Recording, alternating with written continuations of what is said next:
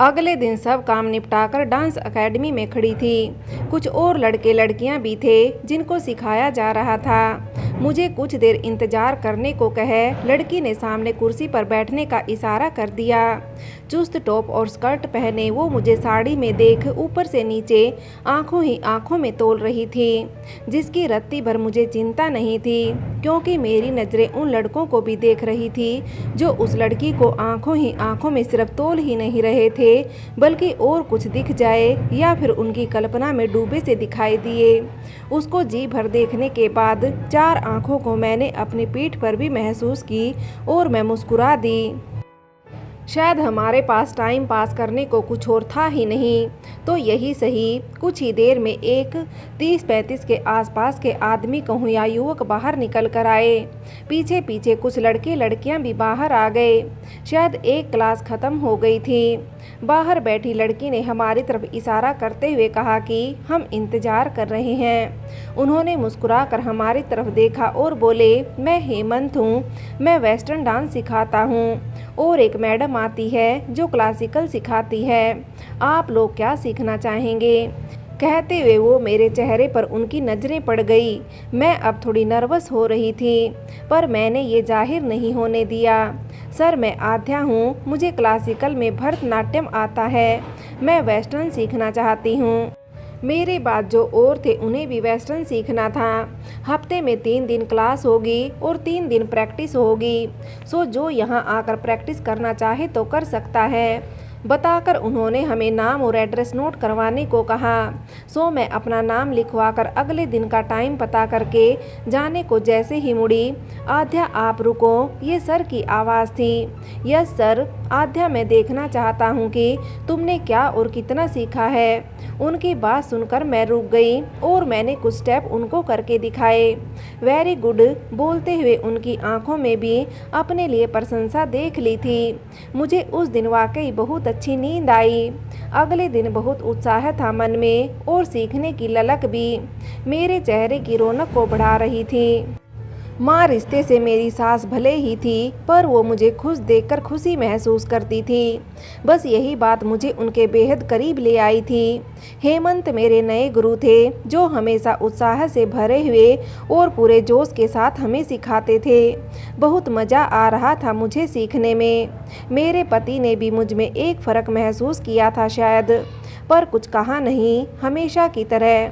और मुझे सच में अब कोई फ़र्क भी नहीं पड़ता था। जिंदगी अपने दर्रे पर चल रही थी। मेरे अंदर कुछ बदल रहा था। एक बार फिर मेरा गुरु मुझे आकर्षित कर रहा था। धीरे धीरे मैं उनके व्यक्तित्व से इम्प्रेस हो रही थी। उनके होठों पर एक छोटी सी स्माइल उनकी विशेषता थी। शायद मेरी अबूझ प्यास का असर मेरी आंखों में उन्हें दिखा, या फिर अपने लिए आकर्षण उन्होंने महसूस किया हो, ठीक वैसे ही जैसे मैं अपने लिए उनकी आंखों में देखती थी। मैं ऐसे ही एक दिन हमेशा की तरह प्रैक्टिस करने गई तो वहाँ कोई नहीं था, पर हेमंत सर थे। उन्होंने बताया कि आज सब लड़के लड़कियों ने क्लास पर न आकर बाहर घूमने का प्रोग्राम बनाया है। तुम मैरिड हो तो उन लोगों ने तुम्हें नहीं पूछा। चलो आज अकेले ही प्रैक्टिस कर लो। कोई बात नहीं सर, मैं कल आ जाऊंगी। क्या बात है आध्या, तुम मुझसे इतना झिझक क्यों रही हो? कहकर उन्होंने म्यूजिक लगा दिया और मेरी तरफ हाथ बढ़ा दिया। ज़्यादा ना सोचकर मैंने हाथ पकड़ लिया। कपल डांस कराने के लिए वो मेरी कमर पर हाथ रख रहे थे। उस दिन मैंने वही महसूस किया जो पहले गुरुजी के छूने से महसूस हुआ था। वो मुझे अपने करीब ले आए और बोले, you are very beautiful Aadhya. कह उन्होंने मुझे अपने सीने से लगा लिया। कुछ देर को वक्त मानो थम सा गया था। न जाने कब मेरे दिमाग में आया कि ऐसे किसी को ही मेरा पति होना चाहिए था। दूसरे ही पल पति का भावहीन चेहरा सामने आ गया और मैं छिटक कर दूर हो गई। नहीं, ये गलत है। मैंने मुड़कर ही नहीं देखा। बिना देर किए सीढ़ियाँ उतरती चली गई। सांसें धोखनी जैसे चल रही थी। पीछे से हेमंत सर ने न जाने क्या कहा क्या नहीं, मुझे सुनाई नहीं दिया और घर आकर ही दम लिया। मुझे बदहवास देखकर माँ ने पूछा कि क्या हुआ? तबीयत तो ठीक है, माँ जी मैं ठीक हूँ, बस अचानक सिर में दर्द होने लगा तो आ गई। ठीक है बेटा, दीपाली के आने तक आराम कर ले। कहने को आराम कर रही थी पर दिमाग में तो वही सब चल रहा था। गलती सामने वाले की कभी नहीं होती, बस अपनी होती है। जब गांव में थी तब भी मेरा अपरिपक्व दिमाग गुरुजी पर आसक्त हो गया था। अब तो यूंती हूँ, क्यों मैं इतनी कमज़ोर हो गई कि सामने वाले की हिम्मत तो बढ़ी ही, साथ ही उनको बढ़ावा भी दिया। मैं विवाहिता हूँ और मैं इस दुनिया में पहली नहीं हूँ जिसका पति उसकी इच्छा का सम्मान न कर रहा हो या उसको संतुष्ट न कर पा रहा हो। सब जीती है ना आध्या, तू भी जी लेगी। पर मन के किसी कोने से आवाज़ आने लगी, पर इसमें दोष आध्या तेरा नहीं है, तेरी किस्मत का है। ये मन इतना चालाक बन जाता है ना, बस अपने को ही सही ठहराना चाहता है। अब मैं जानती हूँ कि आकर्षण होना गलत नहीं होता, ये तो अपोजिट सेक्स में होना नॉर्मल है। अब जानती हूँ कि हमारी अपनी संतुष्टि भी उतनी ही ज़रूरी है जितनी सामने वाले की, यानी अपने पार्टनर की। ज़िंदगी में बहुत इम्तहान लिखवा कर आई है तू आध्या, बस तुझे कुछ ऐसा नहीं करना जो मर्यादा के बाहर हो। खुद को समझाने की एक और कोशिश की। दीपाली दीदी के बोर्ड के एग्ज़ाम शुरू होने वाले थे, तो वो दिन में हमारे कमरे में ही पढ़ा करती और मैं माँ के पास ही रहती। डांस सीखना जाना बंद कर दिया था। सबने पूछा तो बताया कि बस इतना काफ़ी है। केशव भैया मेरे लिए किताबें ले आते थे। मैंने कितना सीखा, सबसे पहले वो कभी कभार चेक करने के लिए इंग्लिश में बातें करने लगते। वो मुझे बताते रहते कि लोग ज़्यादातर क्या पूछते हैं, कैसे जवाब देना चाहिए। एक दिन संडे को वो बैठे बैठे बोले, चलो भैया आज सब घूम आते हैं और भाभी के लिए कुछ ड्रेसेस भी खरीद लेते हैं। जब से हमारे घर आई है वही सब पहन रही है। साड़ी पहने काम करने में भी दिक्कत होती होगी। मेरे पति ने कुछ जवाब नहीं दिया, पर माँ ने कहा, हाँ ठीक कह रहा है केशव, चलो कुछ देर के लिए ही सही बाहर चलते हैं। उस दिन 2 जोड़ी सलवार सूट, दीपाली दीदी की तरह जीन्स जो तब के समय में खुली खुली मोरी की हुआ करती थी, और 2-3 टॉप भी लिया गया। दीपाली दीदी ने जिद करके मेरे लिए एक नाइट गाउन ले लिया और मैंने एक माँ के लिए भी नाइट गाउन ले लिया और दीपाली दीदी के लिए एक सुंदर सा सूट जिसे वो देख रही थी पर लेने को नहीं कहा, तो मैंने चुपके से उनके लिए ले लिया। बाहर जाने के बाद खाना घर पर आकर खाने का किसी का मन नहीं होता, तो बस बाहर ही खाकर हम घर आ गए। एक चीज़ और देखी मैंने उस दुकान पर, वो थी हाथ की कढ़ाई की साड़ियाँ, दुपट्टे और चादर। मैंने जब एक साड़ी का रेट पूछा तो बहुत महंगी थी। अपनी ज़रूरतों की तरफ से ध्यान हटाने का हल मैंने ढूंढ लिया था। घर आकर मैंने माँ को वैसे ही साड़ी दिखाते हुए बताया कि ऐसी साड़ी के रेट यहाँ बहुत ज़्यादा हैं, मुझे ये कढ़ाई करना आता है, क्या मैं ऐसी कढ़ाई की चादर, बैग, साड़ी, दुपट्टे कढ़ाई करके अपना काम शुरू कर सकती हूँ। मेरे पति को गुस्सा आ गया। वो बोले, क्यों हमारी कमाई से घर नहीं चल रहा क्या, जो अब तुम भी काम करना चाहती हो। मैं सिर्फ अपने हुनर का इस्तेमाल करना चाहती हूँ माँ, सारा दिन काम ही कितना होता है, उसके बाद का खाली समय का इस्तेमाल हो जाएगा। पहले तो ये सब मैं दीदी के लिए बनाकर रखना चाहती हूँ और अपनी देवरानी के लिए भी। पैसे कमाने की बात बाद में आती है। मैंने सीधा उनको जवाब न देकर अपनी सास से बात की। माँ ने बुरा और कठिन समय देखा हुआ था। उन्होंने भी कपड़े सीकर और लिफाफे बनाकर घर चलाया हुआ था। शायद इसलिए वो मेरी बात से सहमत हो गई। यही एक तरीका था जो मुझे भटकने से रोक सकता था। मेरी सास की सहमति के बाद मेरे पति ने विरोध करना ठीक नहीं समझा। केशव भैया हमेशा से ही मेरे साथ खड़े रहे हैं। उस दिन भी उन्होंने अपने भाई साहब को मना ही लिया, क्योंकि वो माँ के सामने चुप तो रहे पर उनकी आंखों में गुस्सा सबको साफ दिखाई दे रहा था। अगले ही दिन माँ के साथ जाकर एक साड़ी और एक डबल बेड की चादर खरीद ली। उनको सब पता था कि कौन सी चीज़ कहाँ मिलती है। कपड़े की जानकारी भी थी, तो कपड़े से लेकर छपाई और धागे सब लेकर आ गए। आने वाला टाइम दीपाली दीदी के लिए जी जान से पढ़ने का था और वो बहुत मेहनत कर रही थी। सुबह वो बहुत जल्दी उठकर पढ़ती और अपने भाइयों के जाने के बाद ऊपर जाकर पढ़ती रहती। मैं सबसे पहले ऊपर की साफ सफाई कराती जिससे दीदी को कोई काम न करना पड़े। ऐसा नहीं था कि वो काम नहीं करना चाहती थी या मुझे कुछ कहती थी, ये सब मैं अपनी खुशी से करती थी। मैं चाहती थी कि उनका हर सपना पूरा हो जो बहुत पढ़ने का था। वो रात को नीचे माँ की वजह से नहीं पढ़ पाती थी क्योंकि कमरा एक ही था, तो हमने उसका समाधान भी ढूंढ लिया। केशव भैया अपने भाई साहब के कमरे में सोने लगे और दीदी रात को ठीक से पढ़ सके इसके लिए उनके लिए बीच में चाय, फल या बिस्किट देती रहती। मैं उनके पास रात को बैठकर कढ़ाई करती रहती। जब वो सोती तो मैं नीचे आकर सो जाती। माँ सुबह के कामों में मेरे मना करने के बाद भी खूब करती।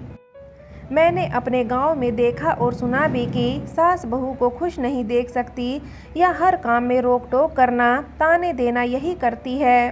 पर मेरी सास वैसी बिल्कुल नहीं थी।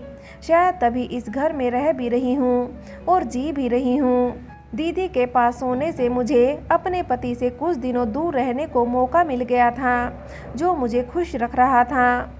माँ की गहरी नज़रें मेरी हर हरकत पर नज़र रखी थी। सच भी है, माँ से कुछ नहीं छिपता। उनके पास बहुत अनुभव था, बस वो कहती कुछ नहीं थी। मुझे देखती जब मेरे पति मेरे आसपास होते। मैं ये बात जानती थी पर नाटक नहीं कर पाती थी। क्यों करती और किस लिए करना था मुझे नाटक? फिर हमारी तो आपस में वैसे ही अनबन नहीं थी। बस नहीं था तो एक दूसरे के लिए प्यार और भावनाएं। मीनल दीदी भी काम और घर परिवार में उलझी सी रहने लगी। जब तक दोनों पति पत्नी अकेले थे तब कुछ भी बनाया और खा लिया, पर पिछले कुछ दिनों से सास ससुर दोनों रहने आए हैं तब से हर काम उन दोनों के हिसाब से और समय पर चाहिए, जिसके चक्कर में हमारा छत पर मिलना बहुत कम हो गया है। हेमंत सर ने एक लड़के को हमारे घर भेजा था पता करने के लिए कि मैं क्यों नहीं आ रही। मैंने बता दिया कि मुझे फुर्सत नहीं है कुछ दिन। इधर दीदी के पेपर ख़त्म हुए और मेरी 2 महीने की मेहनत भी तैयार हो गई। साड़ी और चादर दोनों ही सबको खूब पसंद आई। उस दिन माँ ने मेरी नज़र भी उतारी। दीदी के पेपर ख़त्म और कुछ दिन की उनकी छुट्टियाँ हो गई। मैं एक बार फिर से अपने कमरे में आ गई थी। 2-3 दिन तो दीदी ने मुझे कोई काम ही नहीं करने दिया। सब काम उन्होंने खुशी खुशी किया। मुझे अपने कमरे में आए 2-3 दिन तो हो ही गए थे। मेरे पति मुझे कुछ परेशान लग रहे थे। वजह जानना चाहती थी पर डर लगता था कि गुस्सा ना होने लगे। फिर भी तीसरे दिन हिम्मत करके पूछ ही लिया, आप कुछ दिन से परेशान लग रहे हैं, कोई परेशानी है ऑफिस में? अगर आप चाहे तो बता सकते हैं। बस ऐसे ही कुछ काम की परेशानी है, तुम्हें बताने से क्या होगा? तुम समझोगी नहीं और 10 सवाल पूछोगी। वो जवाब देकर मुंह फेर कर लेट गए। आपने सही कहा कि मैं आपकी परेशानी न समझ सकती हूँ और शायद दूर भी नहीं कर सकती, पर कहने से मन हल्का हो जाता है। उनकी तरफ से कोई हलचल न देख मैं भी लेट गई। आध्या, तुम सो गई क्या? कुछ देर बाद उनकी आवाज़ आई। मैं उठकर बैठ गई। नहीं, अभी नहीं, आप बताओ, आपको कुछ चाहिए? नहीं चाहिए तो कुछ नहीं। मैं कुछ दिन से परेशान हूँ क्योंकि मुझे लग रहा है कि मेरी नौकरी खतरे में है, तो बस यही सोचकर डर लग रहा है कि फिर से नई नौकरी ढूंढनी पड़ेगी। अभी केशव इतना नहीं कमाता कि अगर 2-3 महीने काम न मिला तो घर चला पाएंगे। हाँ, ये तो सचमुच परेशानी की बात है। पर आपको किसी ने कुछ कहा? आपको क्यों लग रहा है कि आपकी नौकरी जाने वाली है? कुछ दिनों से मेरे मालिक इंटरव्यू ले रहे हैं नए अकाउंटेंट के लिए। कुछ दिन पहले मुझे जगन ने बताया, जो वही काम करता है। पति का जवाब सुनकर मैं भी चिंता में पड़ गई, पर मैंने अपनी चिंता को छुपा लिया। जब तक आपके मालिक कुछ ना कहें, आपको सुनी सुनाई बात पर यकीन नहीं करना चाहिए और आपके पास समय है, तब तक आप नौकरी देखना शुरू कर सकते हैं। कहा तो वो बोले, हाँ, मैं भी यही सोच रहा हूँ। बस यही सोच रहा था कि इतने सालों से मैं अपना काम ईमानदारी से करता रहा हूँ। अपनी समझ से मैंने कोई गलती भी नहीं की। आप इतना मत सोचिए, जब जो होगा देखा जाएगा। मैंने कहने को कह तो दिया, पर मेरी नींद गायब हो गई थी। हमारा रिश्ता कैसा भी चल रहा हो, पर हमारा घर तो एक ही है और तकलीफ आएगी तो दर्द हम सबको उतना ही होगा। तुम ठीक कह रही हो। अभी सोच सोच कर परेशान होने से अच्छा है कि मैं कल 2-3 दिन की छुट्टी लेकर दूसरी जगह काम देखता हूँ। शायद वो इस महीने की सैलरी देते हुए निकालें। तब तक इंतजाम तो करना ही होगा। उनकी बात सुनकर मैंने उनके माथे पर हाथ रखा। ऐसा करते हुए मुझे डर लग रहा था, पर उन्होंने कुछ कहा नहीं तो मैं उनका सर दबाने लगी। दर्द होगा शायद, तभी उन्होंने मना नहीं किया। सुबह काम पर जाते हुए मुझे थैंक यू बोल गए और मैं जवाब में मुस्कुरा दी। मेरा सारा ध्यान उस दिन पति की बातों पर ही लगा रहा। अगर जो सोच रही हैं वैसा हुआ तो क्या होगा। माँ मेरे हाथ की बनी साड़ी और चादर आसपास की जान पहचान की औरतों को दिखाने गई हुई थी। मैंने ही कहा था उन्हें कि क्या पता कोई बनाने को कह दे। केशव भैया भी देर से आने लगे थे। कहते काम बहुत है। खाना भी आकर कम ही खाते क्योंकि उनके सर सबको खाना खिला देते थे। मुझे रात का इंतजार था। दिल बहुत बेचैन था। पता नहीं क्या हुआ होगा और क्या नहीं।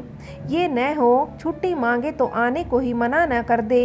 जब इंतजार होता है किसी का, बस तभी वक्त ठहरा सा ही लगने लगता है। एक एक पल मुश्किल से कटता है। उस दिन वो रोज से पहले आ गए तो दिल धड़क गया अनजाने सी आशंका से। वो अंदर आते ही बोले, माँ देखो इस लिफाफे में क्या है। कहकर माँ के पैर छूकर लिफाफा उनके हाथ में दे दिया। माँ से वो लिफाफा जल्दी से दीपाली दीदी ने ले लिया। वो पढ़ने लगी। कई भाव उनके चेहरे पर थे, पर दुख के नहीं थे, ये तो मैं जान गई थी। जब उन्होंने पैर छुए, क्या है दीपाली जल्दी से बता। माँ ने दीदी को कहा। माँ भैया की तरक्की हो गई है। एक शोरूम खोल रहे हैं इनके मालिक, तो वहाँ भाई साहब संभालेंगे। ये तो बहुत अच्छी खबर है। माँ ने दीदी की बात सुनकर खुश होकर कहा। माँ इतना ही नहीं, मुझे मेरे बॉस वहीं आसपास एक फ्लैट भी दे रहे हैं हम सबके रहने के लिए। मैंने तो आज 2-3 दिन की छुट्टी के लिए पूछा तो उन्होंने कहा कि बहुत काम है, अभी तो छुट्टी बिल्कुल नहीं। उनकी बात सुनकर हम सबके चेहरे खिल गए। फ्रेंड्स, आगे की कहानी के लिए कहानी का अगला भाग देखें।